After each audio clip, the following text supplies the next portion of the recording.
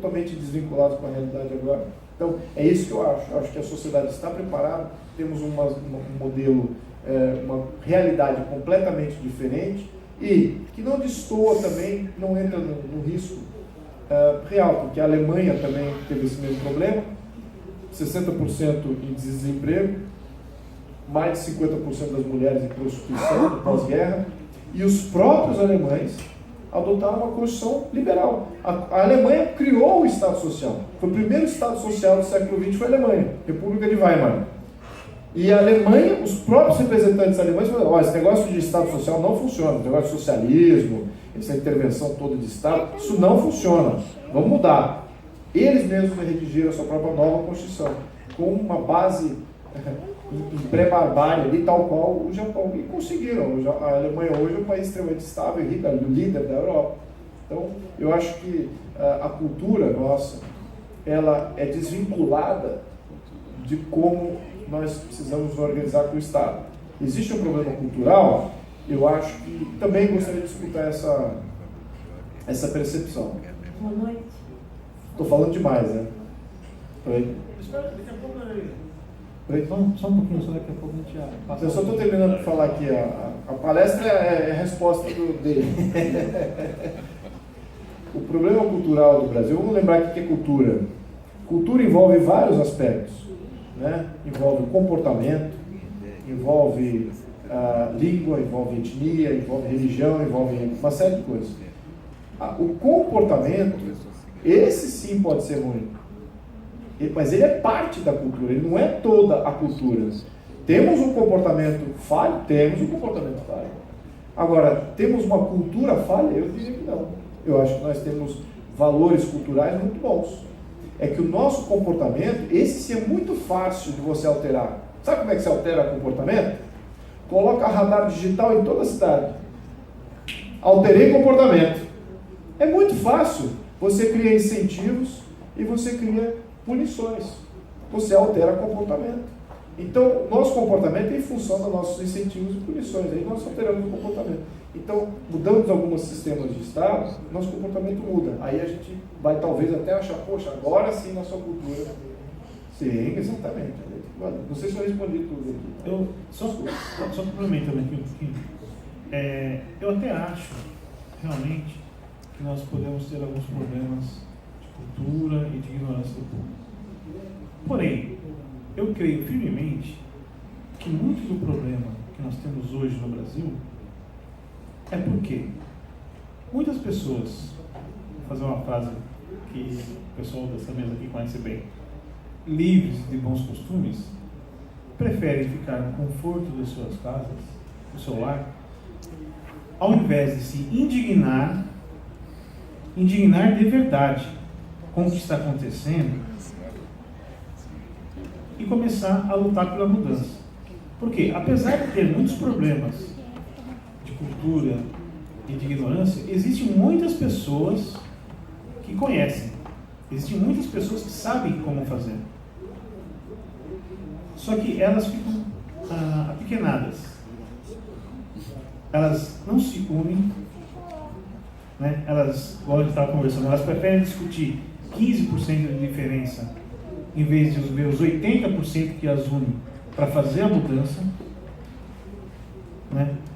Eu vejo que agora está mudando um pouco isso. Porque tem uma frase também que eu gosto sempre de falar, que para que uma coisa ruim vença, né? Para que o mal vença, o que precisa?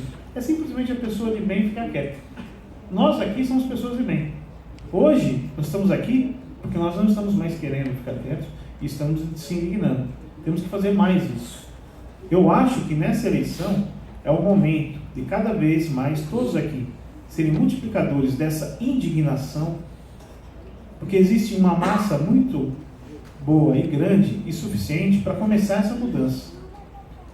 Nós temos que aumentar a nossa indignação, sairmos um pouco de casa, de ficar vendo a TV, né, de ficar sendo alucinados por esses programas governamentais e começar a ir para esse lado. Se um começa, 2, 3, nós vamos conseguir ter essa massa. Se nós vamos esperar, vamos esperar a mudança da cultura, nunca vai acontecer. Eu acho que nós temos que começar isso. Daí é a minha pequena pergunta, né? Felipe, você não acha que nós temos que aproveitar esse momento e mostrar e aumentar, tentar de alguma forma aumentar esse nível de indignação das pessoas, para que comecemos a trabalhar nesses 80% que nos unem e colocar pessoas realmente que se importem. Até porque é por isso que o GLAP e o Avança Brasil estão aqui, né? Nós estamos querendo realmente unir pessoas que se importem com o Brasil e com o Estado, que não sejam egoístas, porque, igual aqui o Nishi falou, aqui tem 90, dos 94, 90 não são, como posso dizer, tão qualificados. O pior é que a gente sabe que tem muita gente qualificada. Por que a gente continua colocando essas pessoas não qualificadas? Tudo bem, realmente o sistema brasileiro de voto é o pior que existe. O melhor seria, na minha opinião, o distrital misto. Se você vê, até nos Estados Unidos, essa é uma das grandes diferenças que eu acho que existe no presidencialismo, lá é distrital. Né? Então, você pode cobrar alguém aqui, você não pode cobrar ninguém. Porque se ele não faz nada hoje, depois ele muda, não faz nada em outro lugar. Mas, voltando, você não acha que nós conseguimos agora, nesse momento, até porque pelas redes sociais, a parte da informação, tentar aumentar e demonstrar essa indignação para tentar começar essa mudança? Sim, eu acho que a missão é, primeiro, não focar em fazer com que o povo faça alguma coisa, porque o povo nunca faz nada. Para deixar isso bem claro. O povo nunca vai fazer nada. Historicamente, o povo nunca fez nada, ele foi mobilizado a fazer. Ele foi mobilizado pela elite para fazer. Então, se você se considera uma pessoa de consciência, sabe que precisamos de uma reforma constitucional, sabe que a gente precisa de mais transparência, voto distrital, recall de mandato, referendo popular, etc. Sabe disso? Cobre isso das outras lideranças. Aqueles outros influenciadores que estão aí falando, então isso aqui. Assim, você é a favor do voto distrital? Você é a favor da transparência tributária? Eu digo, o quê? Você não é nada, você não é, você deixa, ele é demovido da sua capacidade de liderança. Porque ele está falando outra coisa que não é o foco. Então o foco tem que ser da elite de consciência contra aqueles que vão ser representantes. Não precisa ser da elite da consciência com o povo. Não precisa. Porque a consciência vem de um contra o seu representante. Então, quanto mais pessoas tiverem consciência, eles se tornam elite. Aí eles cobram do seu representante. Ficar achando, o povo não faz isso, o povo não vai fazer mesmo. Isso é, a função do povo é não fazer, é ser povo. Quem faz é a elite que tem consciência. Então, quem se indigna é a elite. Ele já começa, já é o primeiro passo para se considerar ou começar a agir. Então, o desconforto é muito importante agir, mas é focar naqueles que vão ser representantes e focar também no problema. Se o problema são os grandes partidos que criaram, especificamente nesse momento pontual aqui, político, agora eu estou saindo do macro e entrando no micro. O micro temos o problema político, essa instabilidade, essa anomia, essa corrupção que tomou tudo, foi criada pelos grandes partidos. É um grande erro votar em qualquer um dos grandes partidos. Não é razoável para quem tem consciência? Vou votar o cara lá do PMDB, vou votar lá no cara do PT, ou lá do cara do PSDB. Faz sentido? Não faz nenhum sentido. Então, esses grandes partidos são os grandes beneficiários de todos os esquemas tradicionais e ainda montaram um próximo esquema com o fundo partidário para se protegerem para sempre, até morrerem, até desistirem. Agora não tem mais risco judicial comigo, então agora eu posso abandonar. Então, esse tipo de dinâmica precisamos quebrar. Só quebramos, primeiro, não elegendo eles, segundo, elegendo pessoas que queiram fazer essas grandes reformas. É isso. Essa aqui é a consciência que precisa ter. Tem essa senhora aqui que tem uma pergunta. Pode fazer, Glaucio. Vou fazer Boa noite, meu nome é Glaucio Cecília, sou de São Caetano do Sul, tá? Desculpa, meu nome é Glaucio Cecília, sou de São Caetano do Sul e eu fui convidada pelo Emerson Camargo, eu faço parte do GLAP Inclusão Social, tá bom? E o maior problema de todos eles que nós vemos hoje é a educação como um todo, porque hoje nós estamos criando, infelizmente, um adulto funcional. Ele sai da escola, não sabe ler nem escrever, e nem ao menos fazer conta. Então isso é um problema seríssimo. Nós estamos enfrentando dentro do Brasil um problema totalmente acultural, em todos os sentidos. Quando a cultura está fraca, a música enfraquece, enfim, todo esse resgate que nós temos está muito perdido, né? E fora isso, eu conversei muito com o Emerson, né, porque ele é meu amigo, e a gente fala a respeito da inclusão social. Não existe. Eles trouxeram uma coisa chamada inclusão social de Salamanca, na Espanha, implantaram no Brasil, trouxeram as crianças com deficiência de aprendizado, as crianças especiais para escolas. Não tem um profissional qualificado para poder ajudá-las. Então, tanto faz se uma criança passa ou repete. O que acontece? A criança não vai aprender, porque ela não tem a inclusão social. Ela não é ensinada da forma que você possa viabilizar. Ou seja, uma criança que tem dislexia de uma forma oral, uma criança que tem TDAH de uma forma diferenciada, não tem, mesmo autismo, Down, não existe dentro das escolas públicas ou privadas esse tipo de coisa.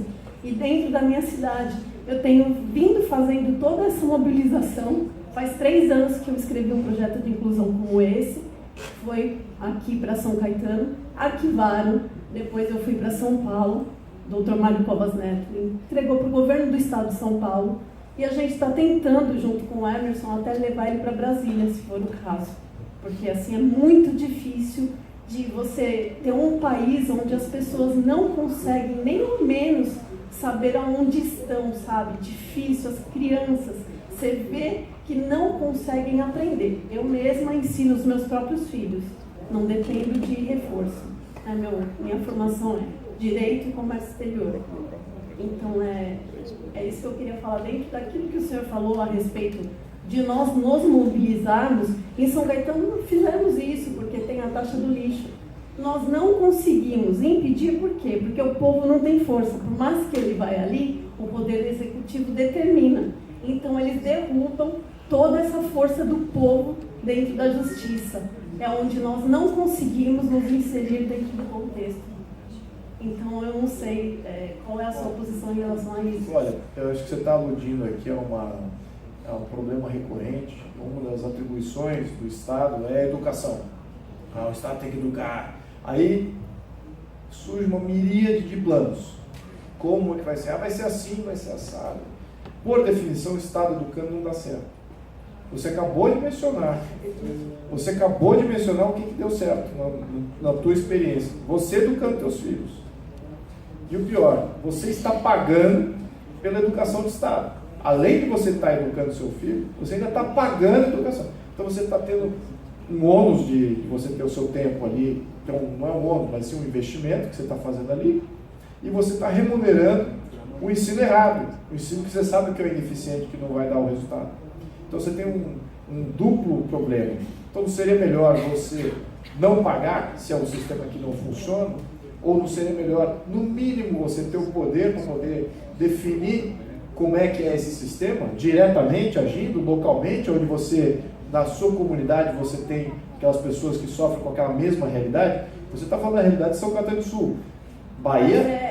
Assim, em todos os países, sim, você vê esse reflexo. Exato, O maior problema é esse, que o Estado ele não educa mais, entendeu? Isso. As escolas, se você tem, por exemplo, dinheiro para poder investir numa educação diferenciada, você até consegue. Mas tem pais, por exemplo, que são analfabetos. Como vão viabilizar os filhos? Não conseguem, entendeu? Dar essa consciência. É isso aí que eu acho que a comunidade...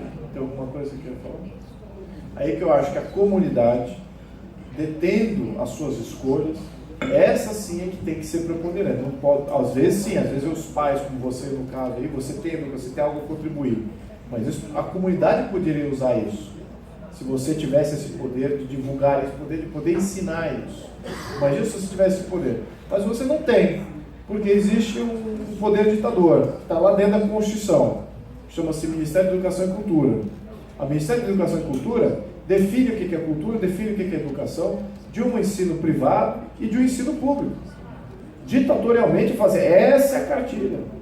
E aí, vocês, bom, de certa maneira, as competências de cidade é que define como vão se organizar, que tipo de escolas públicas eles vão ter, se vai ter capacidade de fazer isso ou não. Mas, primeiro, já começa errado, que o poder central vai definir o que é cultura, o poder central vai definir o que é educação. Já começa errado. Quem tem que educar são as famílias, as comunidades. Essas sim tem que educar. Assim, mas em algumas comunidades eles não vão ter pessoas capacitadas. Migrem! Direito de ir e vir. Se lá não tem, eu entendo, mas tem que sair daquele contexto. Se tem imagina que, poxa, tem uma tribo de índio no meio da floresta, eu tenho que criar uma burocracia para ir lá entregar uma educação equivalente em Harvard, lá para o cara. Quem está pagando por isso? É a tribo de índio que está pagando por aquela burocracia indo lá para ensinar o índio a ser um capacitado? Não, claro que não. Então não dá para a gente também entender que tem esse negócio de igualdade para todos. É aí que entra esse problema. Temos que sair desse negócio de temos que dar igualdade. Não podemos dar igualdade. A coisa temos que entender que há diversidade, há diferentes contextos que a educação pode ser utilizada por algum propósito, pode ser. E o índio, ele, na minha opinião, ele é muito mais bem educado para sobreviver lá onde ele está. Nós é que somos os ignorantes de quando a gente sai daqui e vai para uma tribo e tenta dizer para ele como viver a vida dele. Nós é que estamos sendo ignorantes. Ele vai sobreviver numa boa.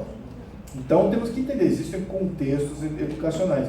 As comunidades têm que ter a liberdade de agir localmente e ter os recursos no seu bolso para definir como usar isso dessa maneira. Essa que é a proposta, é municipalista. É tirar do poder central essa questão educacional. Não cabe ao poder central definir o que é educação. E aí, talvez propostas como a da senhora, e você com mais poder local, pode ter um impacto muito mais direto e muito mais efetivo. Senhores, devido ao adiantar da hora, vamos mais 4 perguntas, tá? Breves. Uma pessoa ali, 2 aqui, 3. 1, 2, 3.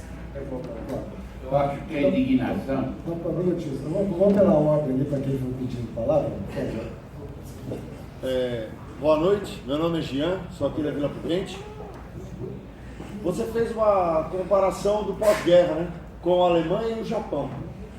Eles realmente saíram do estado de miséria, adotaram uma cartilha imposta pelos americanos, uma cartilha liberal, e isso foi um passo para eles se levantarem, concordo. Mas faltou uma informação aí. Se não fosse quantidade de dinheiro alta que os Estados Unidos injetou através do Plano Marshall, eles não tinham saído tão fácil do estado de miséria. Faltou o dinheiro para você levantar um país da miséria, sem uma injeção de dinheiro, ele não dá um up. No caso do Brasil, nós estamos um pouquinho arrasados. Eu vou fazer uma comparação e depois te faço a pergunta. Nós teríamos aqui um ouro preto, que seria o pré-sal, na mão do Estado. A Noruega, ela conseguiu juntar um fundo soberano quase trilionário. A Petrobras, recentemente, ela juntou mais de 200 bilhões, sabe? E então, o que seria para alavancar o Estado brasileiro? Estava aí talvez o pré-sal, porque não ia ter um plano Marshall para o Brasil. Então nós tínhamos na mão o pré-sal. Qual você acha a sua opinião de estar vendendo a centavos o barril do petróleo e do pré-sal? Bom, o barril do petróleo e o combustível, ele tem um valor no mercado internacional. E essa projeção de valor, ela é decrescente.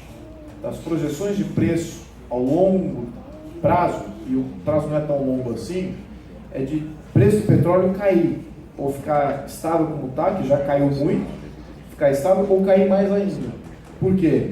O consumo da gasolina vai cair. Isso é um fato mundial, todos os relatórios apontam para isso. Motores mais eficientes, motores híbridos, elétricos, já com produção de carro elétrico já está com fila de espera em boa parte desses modelos. Então, para que ter o petróleo? Tem que se ver livre desse negócio. O preço só é decrescente. Não só isso. As reservas são infinitas. As reservas mundiais, que determinam como vai ser a tecnologia de transporte do futuro, vai ser muito pequena. A Arábia Saudita, por isso que o desespero da Arábia Saudita de comprar ativos na Europa, de poder comprar ativos na América do Sul, de poder comprar ativos na América do Norte. Porque aquele lugar, em 2030, vai falar: o que eu faço com a minha população? O que eu faço quando o meu ouro preto, de fato, não existe mais e com o pouco que existe não vale tanto quanto valia 30, 40 anos atrás. Essa que é a realidade que o brasileiro nem começou a discutir. O brasileiro acha que ainda é um ativo. E não é um ativo. Ele é um ativo com valor decrescente, cujo toda a matriz energética do mundo está querendo abandonar.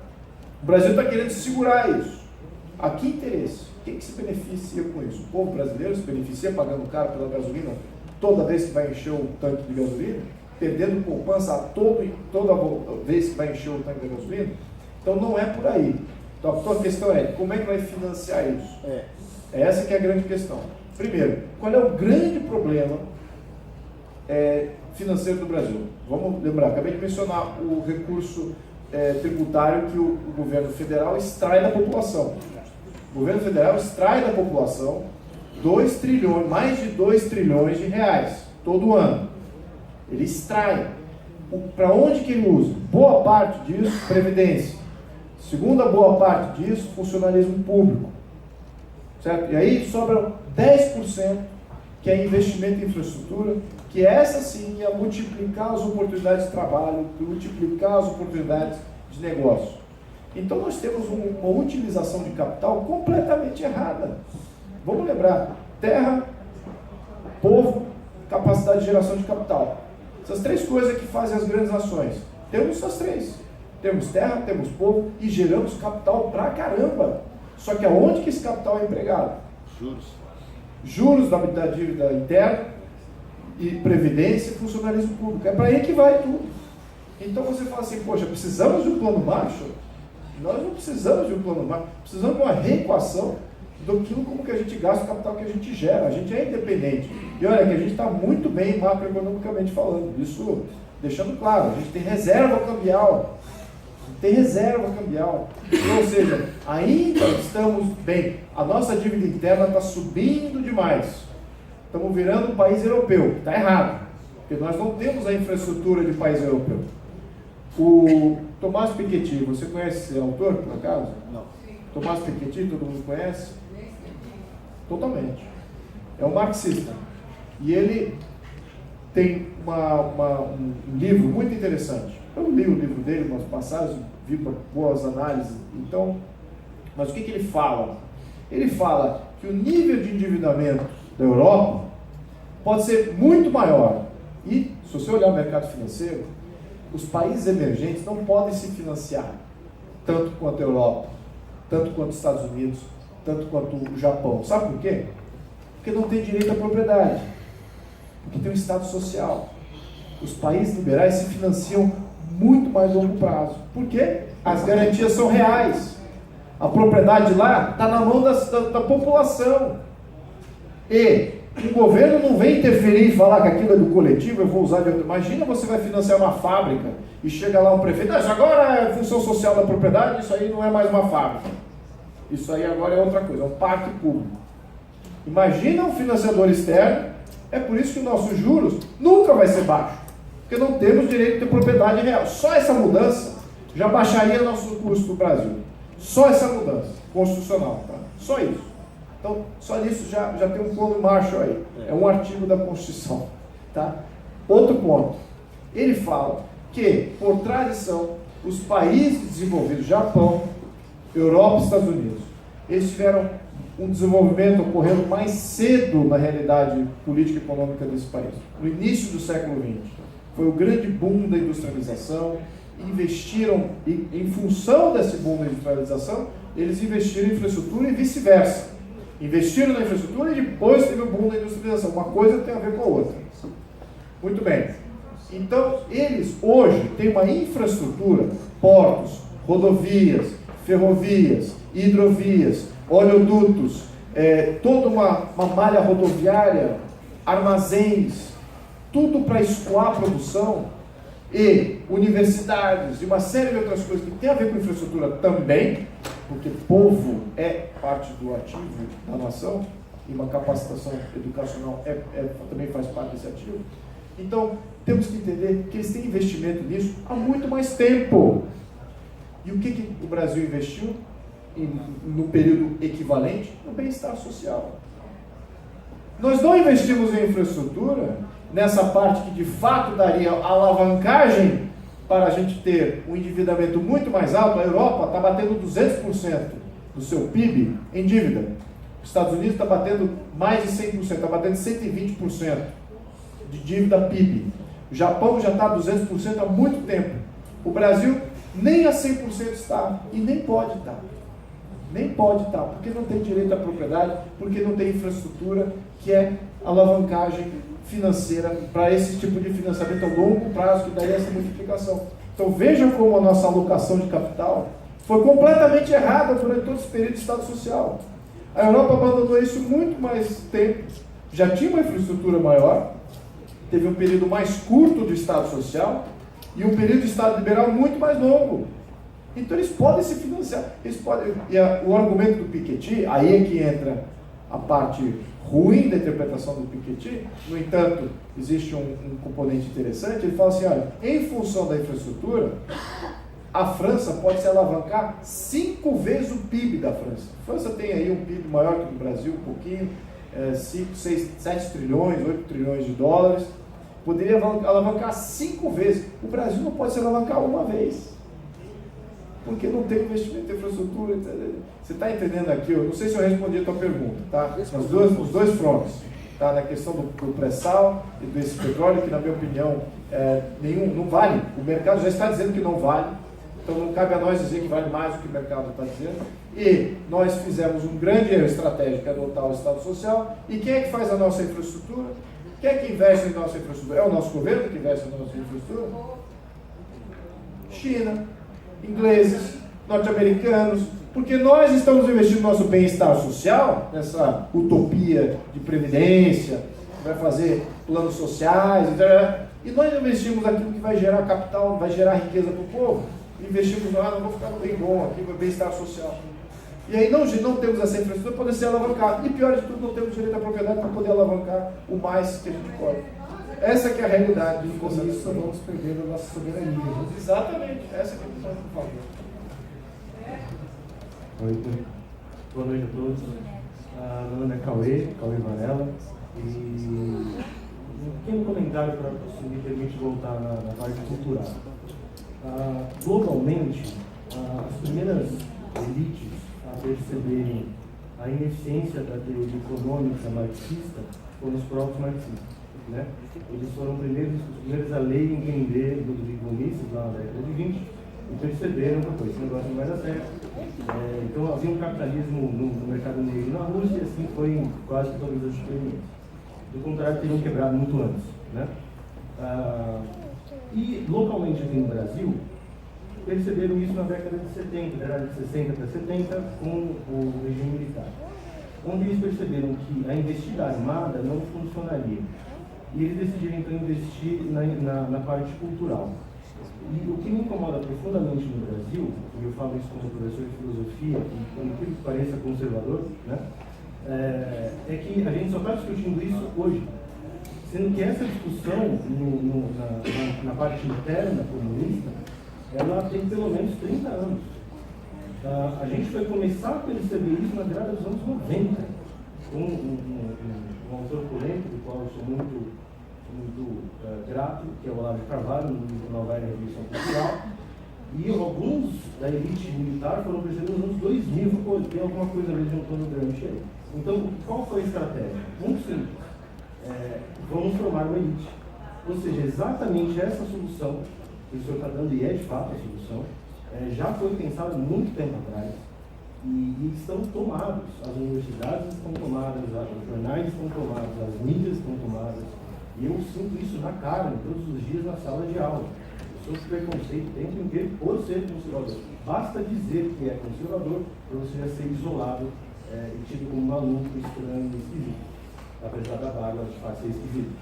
Mas a pergunta é, como quebrar essa estrutura que foi montada a longo prazo e ela é autossuficiente? Porque você tem professores de esquerda formando alunos de esquerda que vão se tornar, em grande medida, outros professores de esquerda, e aí o cão comendo o próprio rabo. Como quebrar essa estrutura? Porque a parte cultural é de fato muito importante. Ótima pergunta. Olha, vamos lembrar, o Brasil, ele tem educação estatal, né? Tem educação privada também. Tá? Você paga pela estatal e tem a privada também, você paga além da, você já paga a estatal. Temos universidades federais controladas centralmente. Temos o MEC que controla o conteúdo disso. É muito fácil de você controlar tudo e colocar essa cartilha marxista. É muito fácil. É muito difícil você se desvencilhar disso de fora para dentro. Tem que ser de dentro para fora. Tem que ter um presidente que vai acabar com o Ministério da Educação e Cultura. Tem que ter essa missão. Isso já tem. Pronto. Então já temos um presidente que já se colocou a favorável a acabar o Ministério da Educação e Cultura. Vai acabar com o marxismo nas universidades? Os Estados Unidos, olha, eu estudei nos Estados Unidos. E os Estados Unidos é tudo privado. Então, as universidades lá, em função de não ter tido um regime militar nos Estados Unidos, em 94, eu via parada LGBT de crianças de 14 anos, de 13, 14, 12, 13 anos, escolar, promovidas pela escola. Isso em 94, certo? Isso ainda não ocorreu no Brasil, porque retardou esse processo. Mas com certeza a gente já está, agora nesses últimos anos, a gente está acelerando isso, estamos ficando no mesmo compasso com a revolução, com o marxismo cultural que existe nas universidades norte-americanas. Estão ficando no mesmo diálogo, as mesmas dinâmicas, os antifas, aquela coisa toda. Muito bem. Como contra-atacar isso? De uma maneira governamental, é possível. Mas vamos lembrar, faca de dois gumes. Se o governo ainda controla a educação e cultura, só que agora vai botar uma educação mais disciplinar, uma educação mais cívica, mais relativa à moral da família brasileira, moral da sociedade brasileira. Isso pode ser até interessante durante o período. Mas se mudar o governo, e aí, vem o governo marxista na próxima, ele vai usar essa mesma alavanca de volta para esse problema que a gente vive hoje. Então, é uma faca de dois gumes. Mas o que é essencial, isso é essencial, é que a sociedade, é isso que está acontecendo nos Estados Unidos. A sociedade viu que é com ela o negócio. Esse combate cultural é com a sociedade, é contra a sociedade. Então não cabe à sociedade pedir para o burocrata, por favor, me defenda daquele outro grupo lá. Combata esse outro grupo você mesmo diretamente. Você tem que ter essa liberdade de combate direto. Aí que está o problema do Estado Social. Porque aquela classe vai pedir uma exceção.